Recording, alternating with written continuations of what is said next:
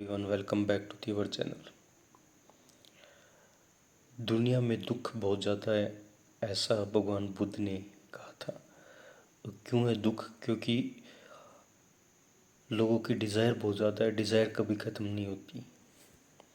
Desire और comparison, उसके comparison में जब तक कंपैरिजन ख़त्म नहीं होगा, डिज़ायर ख़त्म नहीं होगी, दुख धरती पर रहेगा ही रहेगा। और दुख रियल में नहीं है कुछ, that is the state of mind, ये दिमाग की एक सोच है। और इसी दुख की वजह से लोग गम में डूबे रहते हैं, वाइन पीते हैं और दूसरा नशा हीरोइन वगैरह ड्रग्स वगैरह यूज़ ज़्यादा हो रहा है। इंडिया ही नहीं, पूरे यूरोपियन कंट्रीज़, अमेरिका, इंडिया, इन सालों में ड्रग्स बहुत ज़्यादा बढ़ी है। जैन जी पॉपुलेशन है जो, ये भी ड्रग्स की काफ़ी एडिक्ट है। पंजाब में, इंडिया में काफ़ी नशा है, हरियाणा में भी फैल रहा है ये। इंसान की ज़िंदगी में तो सहूलियत हुई है, पहले जो गरीब थे उनके पास पैसा आया है, ठीक है, इकनॉमी डेवलप हुई है, लेकिन उसके बावजूद भी लोग नशे की, ड्रग्स की तरफ क्यों चले गए? क्योंकि लोगों के दुख की डिज़ायर ही ख़त्म नहीं हो रही, इच्छाएं ख़त्म नहीं हो रही, और इच्छाएं ही दुखों का कारण है। कुछ सुखी रहने के लिए कुछ पाना नहीं होता, कुछ छोड़ना होता है, ठीक है। अपनी इच्छाएं, डिज़ायर, कंपैरिजन, ये सब चीज़ें छोड़ना होता है। राख तो होना ही ये सब चीज़, एनर्जी, ये नहीं मैटर जो हमारी बॉडी है, ये ख़त्म तो होनी, एनर्जी में कन्वर्ट हो जाएगी, राख तो होनी होनी है। लेकिन आदमी की ज़िंदगी भी 50 60 60 साल की ज़िंदगी है। 20 25 साल तो कुछ ध्यान ही नहीं रहता, स्ट्रगल करने में लग जाते हैं। 20 साल तक कमाने के होते हैं, उसमें 40 साल के बाद तो इंश्योरेंस कंपनियां भी बोल देती है कि हम आपका इंश्योरेंस नहीं करते, you are not healthy, medical certificate लाओ आपका। यानी कि 25 से 40 साल तक की उम्र है जहां आप स्ट्रगल कर सकते हो। अब थोड़े दिन पहले पे एक आईपीएस का केस भी सुना था आपने, हरियाणा में सुसाइड केस। तो इसका मतलब कोई पोस्टिंग या कोई पैसा आपको सुख नहीं दे सकता। सिंपल चीज़ है, क्योंकि दुख जो है इंसान का, वो इंसान की सोच है। सुख तो अंदर है, जब तक सोच में नहीं चेंज होगा। और सोच का मतलब क्या है कि डिज़ायर, इच्छाएं जब तक कंट्रोल नहीं होगी तब तक दुख रहेगा ही रहेगा। सुख जो है इच्छाओं को छोड़ देने से है। तो ये बात थी। दूसरी बात मैं आपसे करना चाहता हूँ कबीर, संत कबीर के बारे में। संत कबीर जो समाज के अंदर एक सेक्ट है जो सिर्फ कबीर को ही मानता है, ठीक है। रामपाल है और ये सब है, सब फर्जी।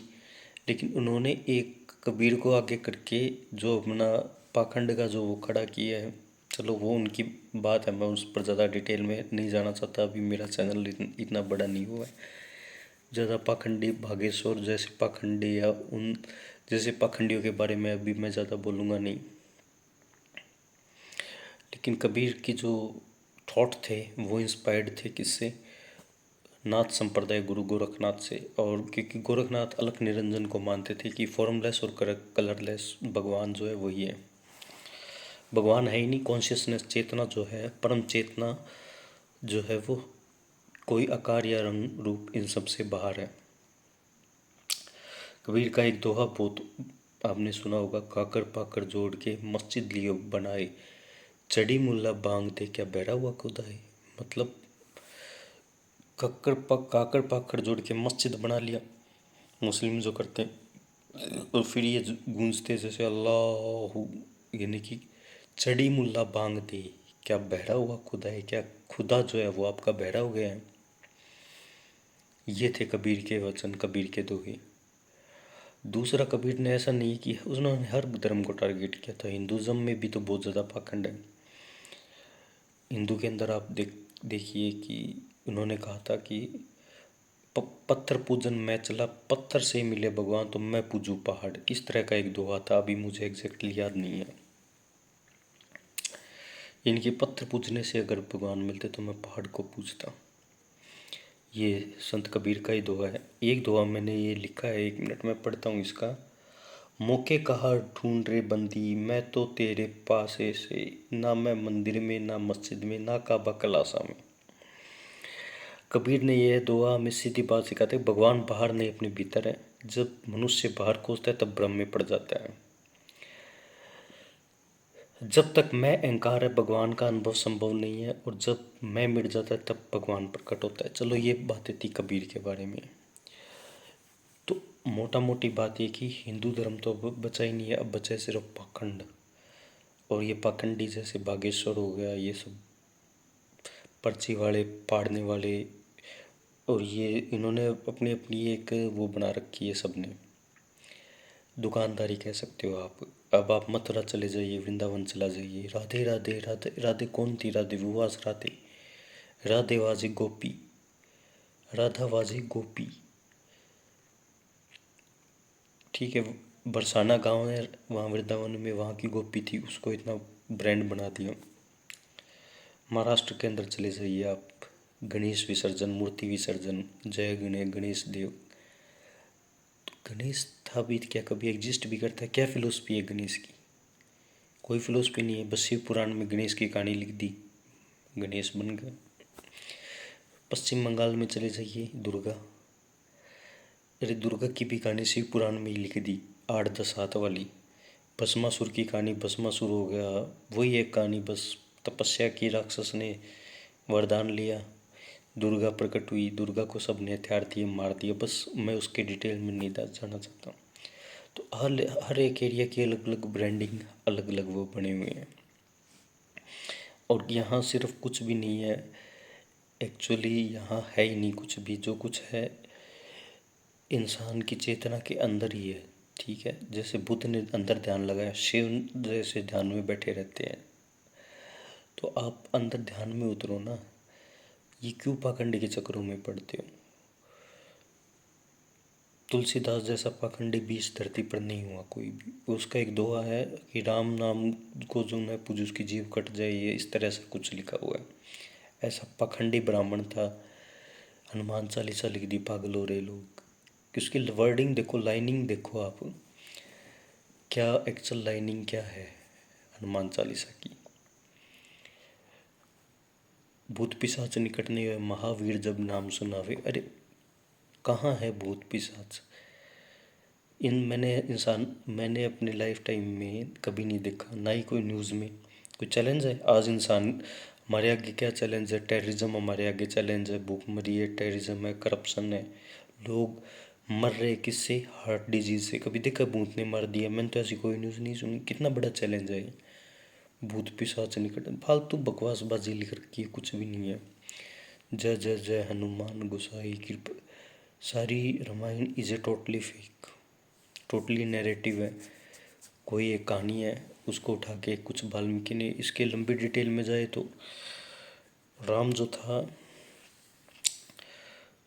अशोक के वंशज, विदर्थ एक राजा था अशोक का वंशज, और उसका सेनापति था पुष्यमित्र सिंह जो कि ब्राह्मण था। तो पुष्यमित्र सिंह ने विदर्थ को मार के राज हासिल कर लिया, और फिर उन्होंने बुद्धिज़्म को ख़त्म करना शुरू किया पूरे भारत से। तो पुष्यमित्र सिंह को ही राम बोला जाता है, क्योंकि पुष्यमित्र सिंह के ही दरबार में कवि थे महर्षि वाल्मीकि, जिन्होंने ये रामायण लिखी। तो कहने का मतलब ये है कि अगर वाल्मीकि वही थे, डाकू रत्नाकर की कहानी है, और है भी डाकू रत्नाकर थे, वो डिटेल में मैं नहीं जाना चाहता, वो कहानी मुझे सब पता है। तो है क्या ये सारा सब झूठा, झूठ का पुलिंदा है, कहीं कुछ भी नहीं है। ज़िंदगी को अच्छे तरीके से कैसे जीने के लिए डिज़ायर कम करनी पड़ेगी, नेचर के साथ रहना पड़ेगा, तब खुशी से रह पाओगे। नहीं तो मेटेरियलिस्टिक लाइफ कभी ख़त्म थोड़ी ना होती है। इंसान की मेटेरियलिस्टिक लाइफ भागता ही रहता है, फिर अंत आ जाता है लाइफ का और ख़त्म हो जाता है। मेटेरियल के पीछे कितना ही भाग लो। जब छोटे होते थे, जब साइकिल आती थी तब खुश होते थे, अब गाड़ियाँ खड़ी है, 2 बड़ी गाड़ी ले लो, डिफेंडर ले लो, क्या मतलब है इन सब चीज़ों का? बस में आप जा रहे हो, ना कोई टेंशन, ना कोई और बंदा चलाए जा रहा है, और आप अपनी धुन में, अपने ध्यान में मगन हो। तो वही है लाइफ, अपने धुन में, अपने ध्यान में मगन होना। बस मेटेरियलिस्टिक लाइफ जियो, क्रीम पाउडर लगा के और करके कुछ फ़ायदा नहीं इन चीज़ों का, कोई यूज़ ही नहीं है, मतलब ही नहीं है। शरीर तो नष्ट होना ही होना है। ठीक है, तो ध्यान पर बहुत गहरी बात कर सकता हूँ मैं, लंबी चर्चा हो सकती है। आज के लिए इतने, मेरे सब्सक्राइबर कम है और मैं चाहता हूँ भारत से पाखंड खत्म हो। पाखंड खत्म हो भारत से और हम ध्यान की तरफ लौटें। मेटेरियलिस्टिक लाइफ से हम लौटे नेचर के प्रति गंभीर, नेचर के जितने क्लोज रहेंगे सुखी रहेंगे। ठीक है, आज तवे पर बनी रोटी खा के देखो और गैस चूल्हे पर, सॉरी, आग के चूल्हे की बनी हुई रोटी खा के देखो और तवे पे जो गैस से बनी हुई रोटी खा के देखो, आपको डिफरेंस लग जाएगा। आटा भैया सब चीज़ सेम है। डिजीज़ इतनी क्यों आ रही है? मेडिकल साइंस ने इतनी तरक्की कर दी तो भी क्योंकि हम नेचर से दूर जा रहे हैं। एक मिट्टी के घड़े का पानी और कोई भी मेटल से बने हुए पानी में, प्लास्टिक से में या किसी चीज़ में भी फ़र्क होगा, क्योंकि मिट्टी क्लोज टू द नेचर है। तो मेरे कहने का मतलब है कि नेचर के क्लोज रहो, डिज़ायर को कंट्रोल में रखो, तब आप सुखी रह सकते हैं। There is no other way. कितना भी गेटअप कर लो लाइफ में कोई, और ध्यान में उतरो, पूजा पाठ कर्मकांड कुछ भी नहीं है। ये मेरा संदेश था। अगर आपको पसंद आया तो प्लीज़ चैनल को लाइक और सब्सक्राइब करें। इन्होंने यूट्यूब वालों ने एक मेरा चैनल बंद कर दिया, बंद किया, उसको बैठा ही दिया, तब मैंने दूसरा चैनल बनाया था अल्टीमेट ट्रुथ के नाम से। और ये जो चैनल है मेरा, क्या नाम है, इनर वॉइस ज्ञानधारा, तो दूसरा मैंने बनाया अल्टीमेट ट्रुथ। उसका लिंक मैं डिस्क्रिप्शन में दे दूंगा आज, तो वो चैनल भी आप जाके देख सकते हो और वो चैनल को भी लाइक और सब्सक्राइब कर सकते हो। बहुत सारी चीज़ें जो मैं आपको से साथ शेयर करूँगा और मैं अपने बारे में भी और भी बातें करूँगा, बट कुछ लोग जुड़े। ज़्यादा पैसा कमाना मेरा मोटिव नहीं है, बट बस इस चैनल को बनाने का मतलब है कि थोड़ा लोग एक्चुअल चीज़ों को जान पाए। तो आज के लिए सिर्फ इतना ही। पसंद आए तो शेयर करिएगा अपने दोस्तों को।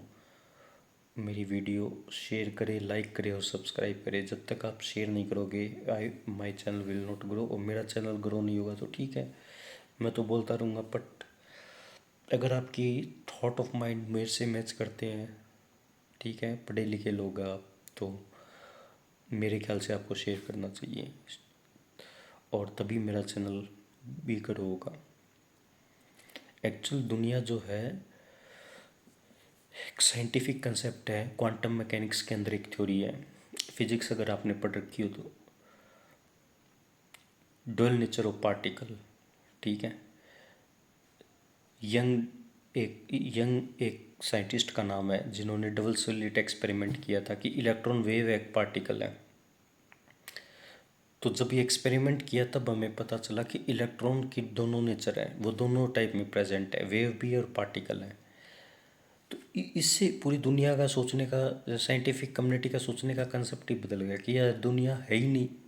जैसे यानी कि एक्चुअल क्या हो रहा था कि जब यंग साइंटिस्ट ने, उसने जब एक्सपेरिमेंट किया, तब जब हम देख रहे तो इलेक्ट्रॉन जो है पार्टिकल की तरह बिहेव कर रहा था, और जब हम बिना देखे एक्सपेरिमेंट कर रहे थे तब वो वेव बन रहा था। यानी कि ऑब्जर्वर जैसा है वैसी दुनिया बनती है क्या? ठीक है, यही यही मेन चीज़ थी उस एक्सपेरिमेंट के। जैसा ऑब्जर्वर है वैसी ही दुनिया वो अपनी दुनिया को रिप्रोड्यूस करता है क्या? तो इसको मैं डिटेल से बाद में एक्सप्लेन करूँगा। ये मैं वैसे ही टॉपिक बीच में ले आया, लेकिन उसके लिए लोगों, इंडिया में पीपल भी तो, मास जो पीपल है वो अनएजुकेटेड है, इतना पढ़े लिखे हैं नहीं, सुपरस्टिशियस है। यूट्यूब जितना एक्सपेंड हुआ है, मैं देख रहा हूँ यूट्यूब कंटेंट में लोग ब्लॉग देख रहे हैं। एक 3-4 महीनों से मैंने चैनल बनाया तो लोग ऐसे ऐसे ब्लॉग देख रहे हैं किसी की पर्सनल लाइफ का। अरे तुम अपनी ज़िंदगी के कितने टाइम खराब, कितने घंटे खराब कर दिए उसका ब्लॉग देख के। वो अपनी ज़िंदगी भर ब्लॉग देख बना के पैसे कमा रहा है, आप अपना ध्यान लगा रहे हो, अपना समय लगा रहे हो। उससे समय से कीमती कोई चीज़ नहीं है। कोई अच्छी चीज़, ये यूट्यूब पर आए हुआ है तो अच्छी चीज़ पर कुछ नॉलेज गेन करके जाओ, तो अच्छी बात है। बेमतलब की चीज़ों पर स्क्रॉल करते रहने से इससे क्या होगा कि दिमाग के अंदर फोकस कम होता है, दिमाग का, और माइंड डाइवर्ट होता है। ठीक है, आंखें भी थक जाती है, ब्लू रेज निकलती है मोबाइल के अंदर से। तो जितना स्क्रॉलिंग करो, जितना भी देखो मोबाइल को, ठीक है, कम देखो, और जितना भी देखो इन्जॉयमेंट के साथ साथ कुछ नॉलेजेबल, कुछ अच्छे चैनल को आपको देखना चाहिए। ये नहीं कुछ भी फालतू, कितने चैनल बना रखे, स्क्रॉलिंग में ही टाइम बन रहा है। जैन जी पॉपुलेशन जो है आगे की, मुझे नहीं लग रहा कि ह्यूमैनिटी सही डायरेक्शन में जा रही है। लंबी चर्चा करेंगे इसके बाद भी। आप मेरे चैनल को लाइक और सब्सक्राइब करें। धन्यवाद।